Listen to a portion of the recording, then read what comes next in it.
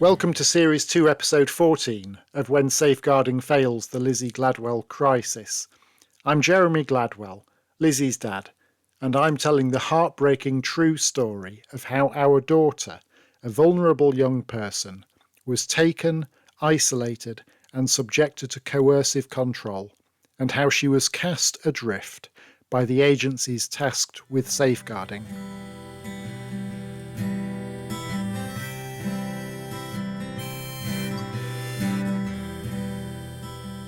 Love is a great thing, an altogether good gift. The only thing that makes burdens light and bears all that is hard with ease. Love carries a weight without feeling it. It makes all that is bitter, sweet and pleasant to taste. Nothing is sweeter than love, nothing stronger, nothing higher, nothing broader, nothing is more lovely, nothing richer, nothing is better in heaven or on earth. Love burns white hot beyond all measure. Love feels no burden and counts up no toil. It aspires to do more than its strength allows. It does not plead impossibility, but considers it may do and can do all things. Love finds strength for anything. It completes and carries through great tasks where one who does not love would fail and fall. Love is vigilant. It sleeps without losing control. It is wearied without exhaustion, cramped without being crushed, alarmed without being destroyed. Thomas à Kempis.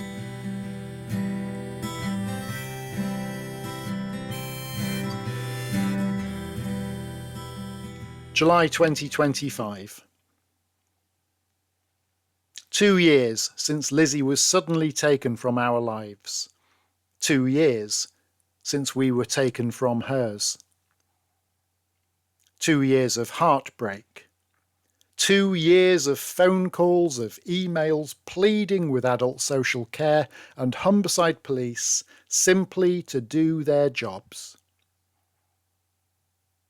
Because if these agencies aren't protecting the vulnerable, if they aren't tackling domestic abuse, if they aren't upholding the law, then what is the point of them? Why should taxpayers fund organisations that deepen harm and distress, that overlook statutory guidance, that disregard the very laws they exist to enforce? What kind of society allows that? It makes you wonder. We are not alone. The parents of 2 other young women taken from our village the same year as Lizzie, taken to Grimsby into coercive controlling situations, they endured the same patterns. A perpetrator sowed lies into the soil, and the agencies accepted them without question.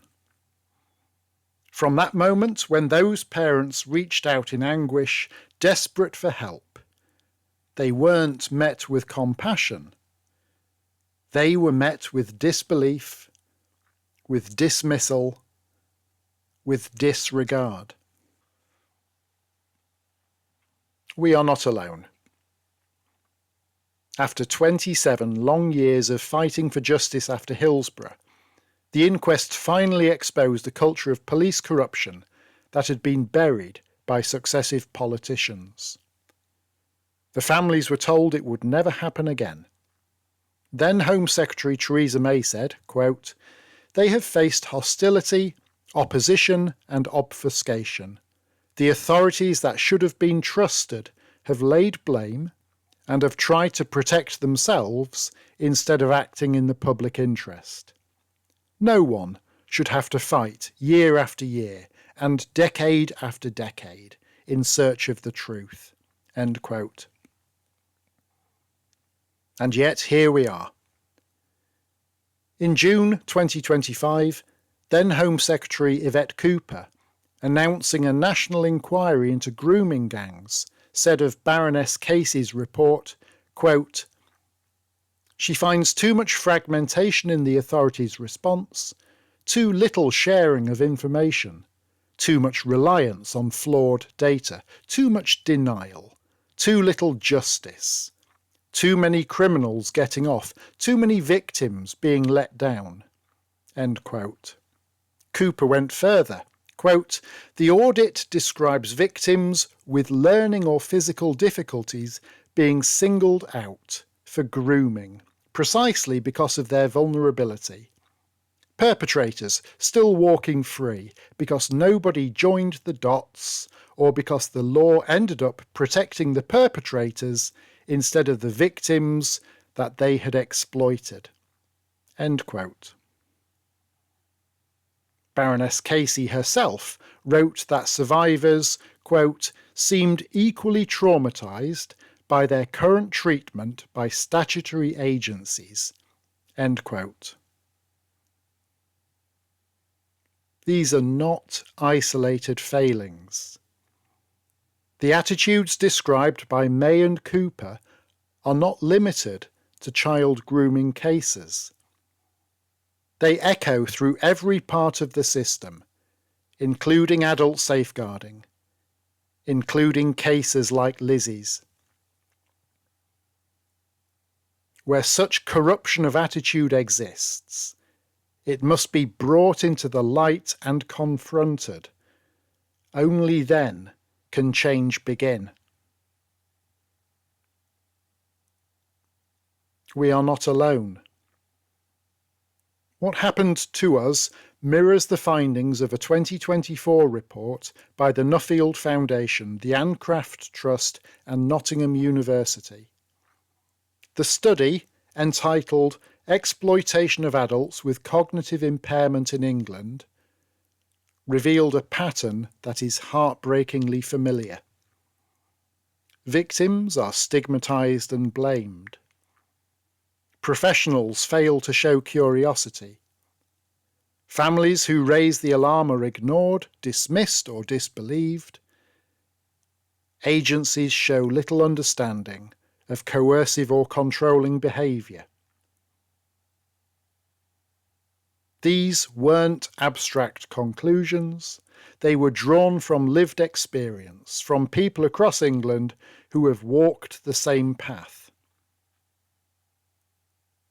One respondent said it plainly, quote, "If you're a child, you get this kind of multi-agency approach where everybody's involved. The police are involved, the schools are involved, social workers are involved, safeguarding is involved, mental health services. Everybody is kind of there. When it's adult exploitation or abuse of some sort, it feels like, I don't want to say nobody's interested, but it's just accepted. It's something that happens." End quote. I couldn't agree more. We are not alone. This podcast has reached far beyond our village. It's drawn responses from across the FASD community, families who have lived through heartbreakingly similar stories. Vulnerable young people cut off from those who love them most, isolated by the very agencies that were supposed to safeguard them. Adult social care, showing utter indifference. Local authorities refusing to listen. Families pleading, reasoning, begging, and finding only an immovable wall of silence.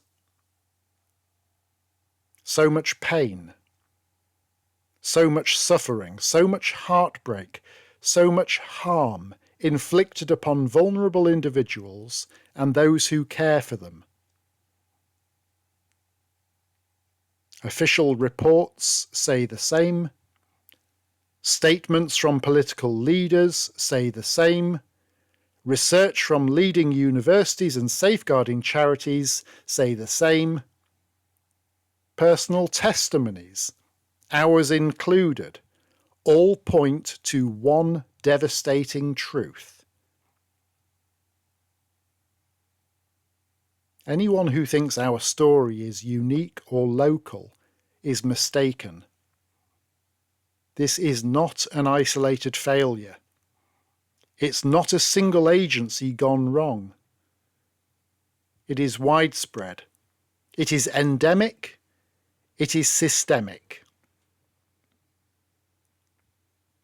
Agencies like adult social care appear to act with impunity, beyond question, beyond challenge, beyond accountability.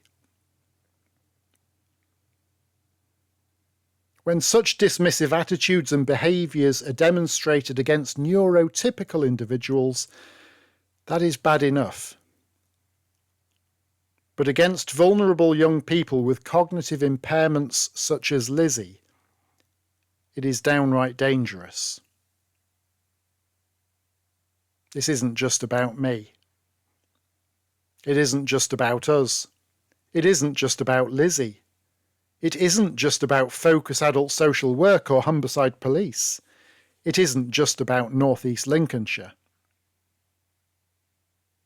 It is the system.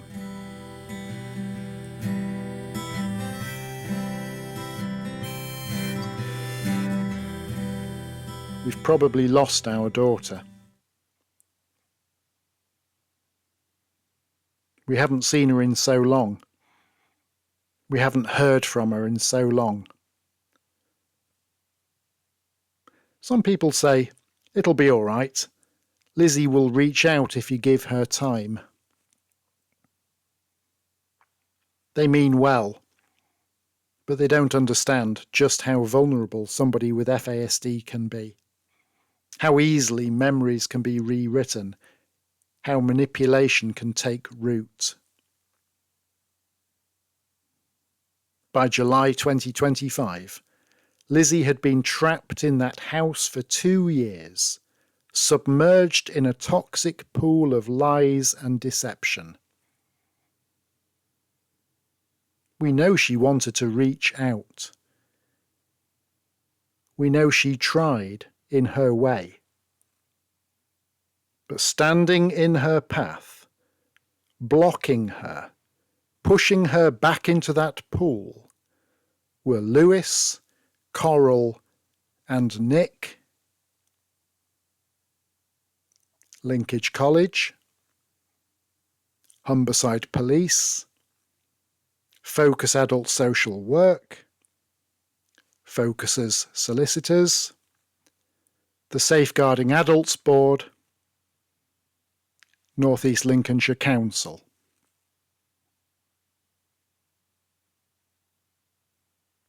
The bank was too steep, the walls too high, the barricades too strong. She couldn't get through. She couldn't get over. She couldn't get out. We tried. God knows we tried. But what can a parent do when the powers of state are being misused to hide information, to cover up catastrophic failures? What can you do when no one is accountable? What can you do when every part of the system rallies to protect its own at the expense of the vulnerable, at the expense of your child? We've lost her. And yet we love her. We miss her. I don't understand the mentality of these agencies, their cruel indifference, their determination to protect their reputations rather than safeguard a vulnerable young woman. I will never understand it. But I do know this. I will do everything in my power to make sure our story is heard. I will fight to prevent this ordeal happening to anyone else. And that is the Lizzie Gladwell Crisis Campaign.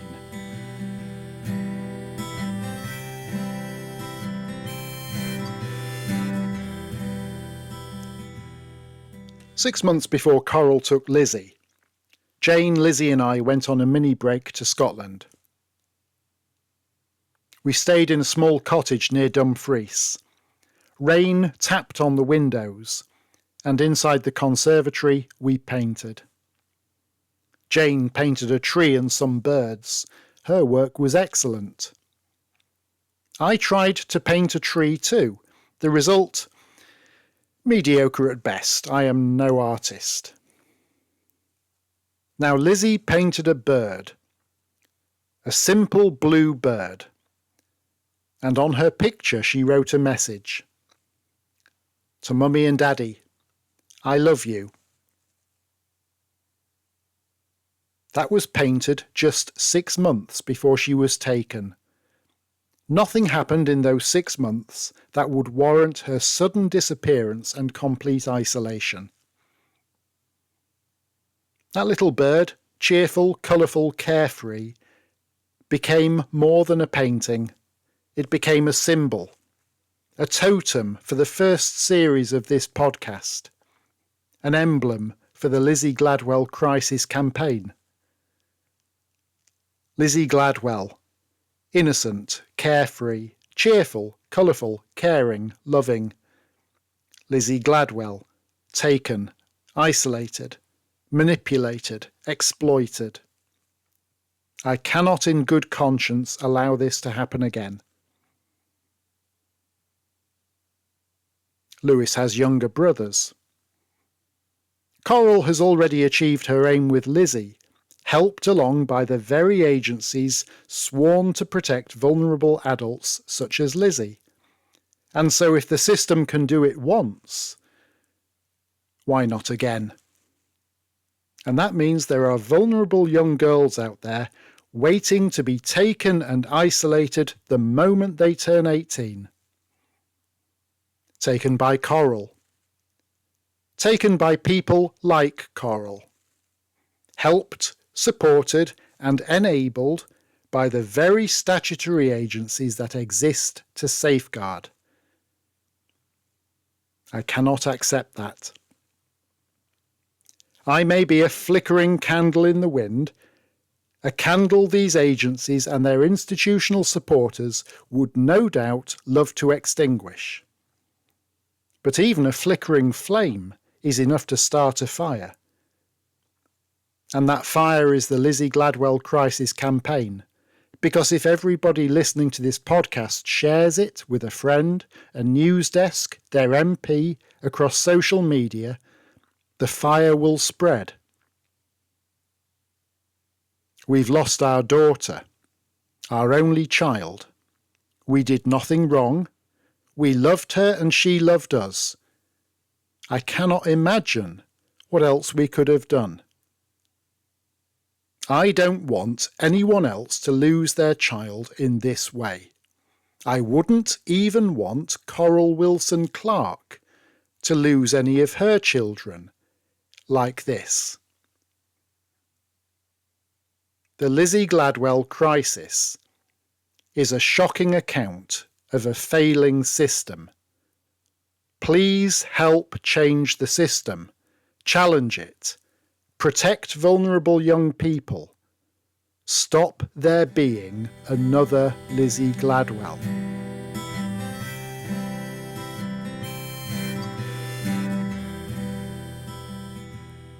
The last time we saw Lizzie was Christmas Eve 2023.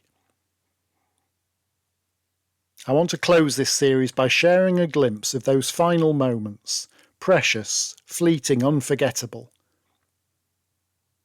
Jane and I had given Lizzie her presents, small gifts from us from family friends. Jane told Lizzie about Misty the hamster, who had escaped from her ball and needed a little coaxing, a piece of banana peel, to come out from her hiding place. Lizzie laughed.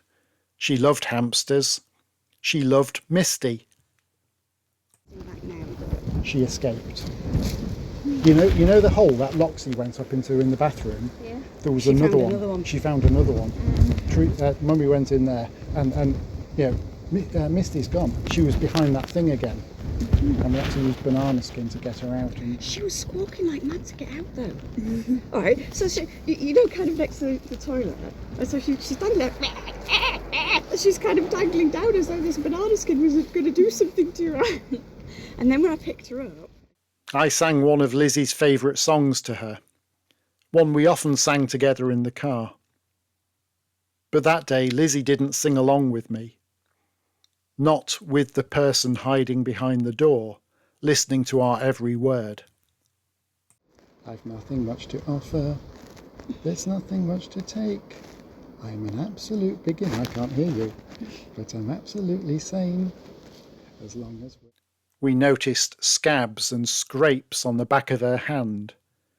Anxiety-induced self-harm. Right. And so what I've done is I've brought the... What's happened? Nothing. You've got all scars and things on your hand. Oh, babes.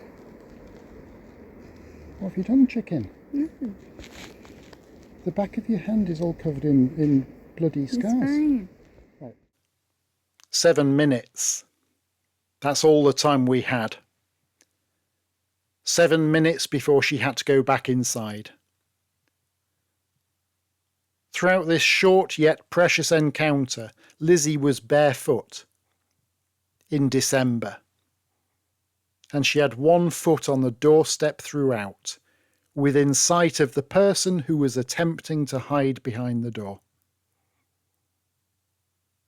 We said we loved Lizzie. Lizzie said she loved us. I asked if I could be unblocked on the phone. Lizzie hesitated. Yeah, she said. I asked why I was blocked. She said she didn't know. We embraced. We parted with, love you, see you soon. We hope. We love you, sweetie. Yeah. Can I be unblocked? Yeah. Why am I blocked? Mm-hmm. You don't know. You need to go inside. Yes, you do. You do. Of course you do. Mwah. I love you, babies.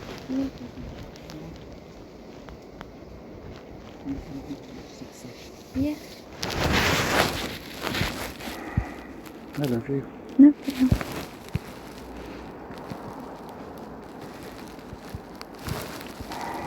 See you soon. Yeah. We hope. Look after yourself. Love you, darling. Love you.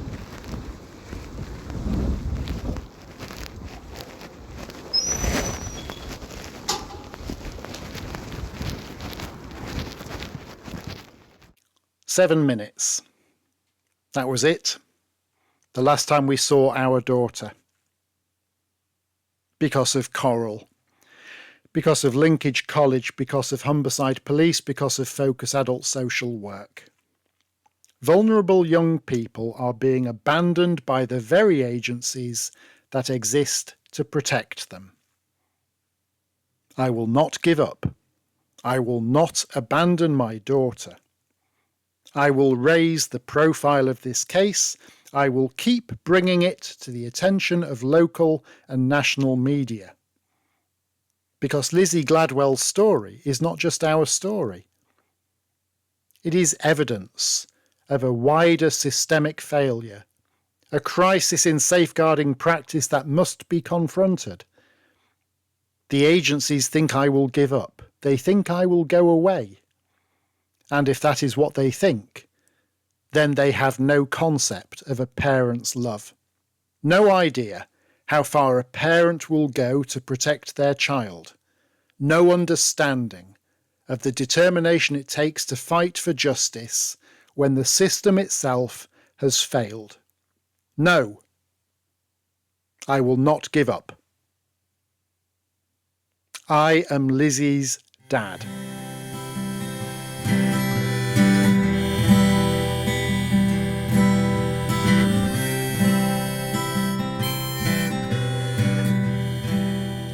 Thank you so much to all who have listened to this series, encouraged us, supported us, shared the story, spread the word, subscribed for ongoing updates on lizziegladwell.org.uk. The story is not over yet. But this completes the second series of the Lizzie Gladwell Crisis podcast. Thank you again. God bless. And Lizzie, we love you.